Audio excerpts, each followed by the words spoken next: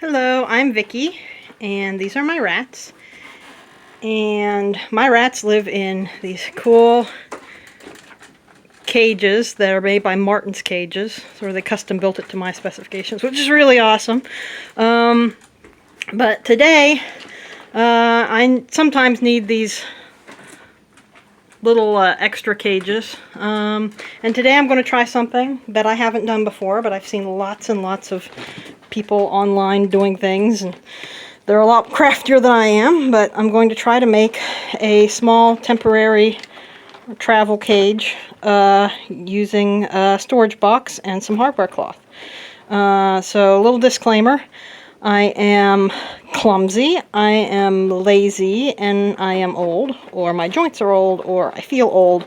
So I'm going to probably do a lot of cuts in this video as I go between steps of making this. And I have no idea if I'm going to succeed or not. And because I have no idea if I'm going to succeed or not, I have decided to go with a relatively small container. I did want a latching lid. Again, as I mentioned, I'm clumsy. I also have cats and a dog, and so any good amount of security is appreciated. Looked for the side as smooth as possible, which was not something I could find with the locking lid, so I decided if I was going to compromise one way, it would be to get the lid. The reason you want a smooth side is if you have rats that like to chew. I currently don't, and again, this is a small container, so it's just going to be temporary housing at most, or travel. And when I say small, it could actually be a good enough size for 1 to 2 rats on a permanent basis, but because of the material, no, I wouldn't keep rats in there for a long term. This cost about $10. I got the fancy brand. Got the hardware cloth. The hardware cloth I got had to do with availability. So this is a $10 roll of 1/4 inch spaced hardware cloth, because they were all out of the 1/2 inch spaced hardware cloth. It's also galvanized because they didn't have coated. Ideally for rats, 1/2 inch coated wire would be best. 1/4 inch, you could actually keep young mice contained in something like that, even large insects, so it's a tight cloth.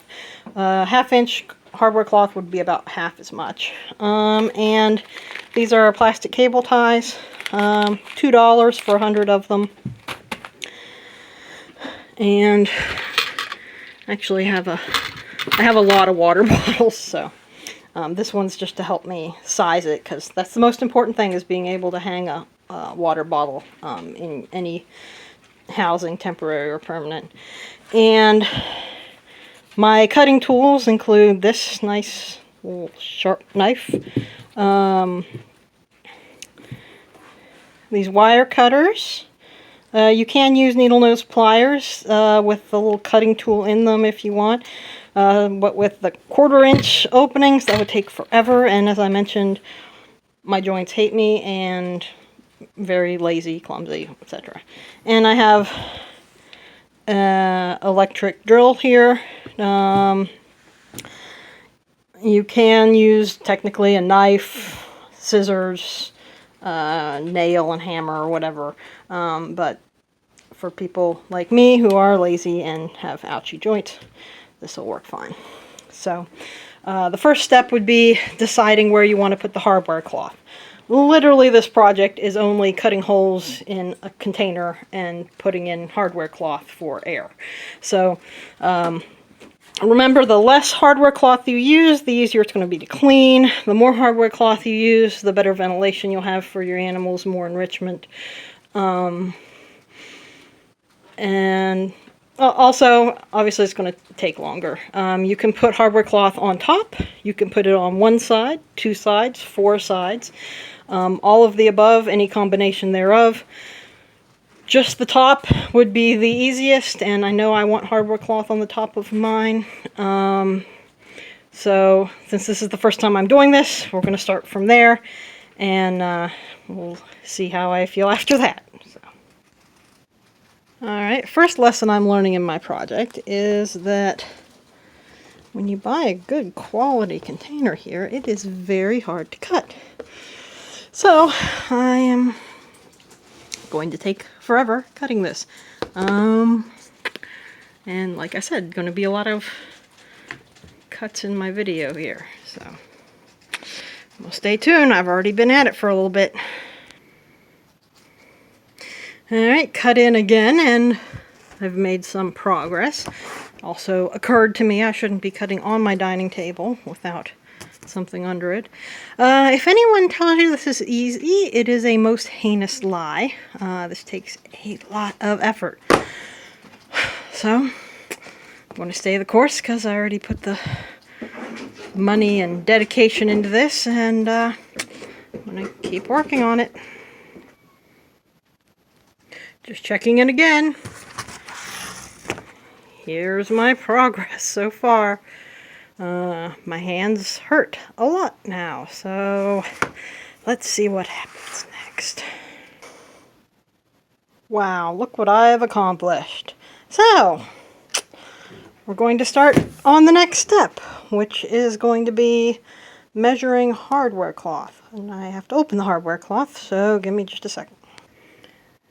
So, opening and unrolling hardware cloth is its own challenge. So, I am going to need two hands to do this here in a second, but basically I'm going to make about an inch extra cloth around each edge of the hole.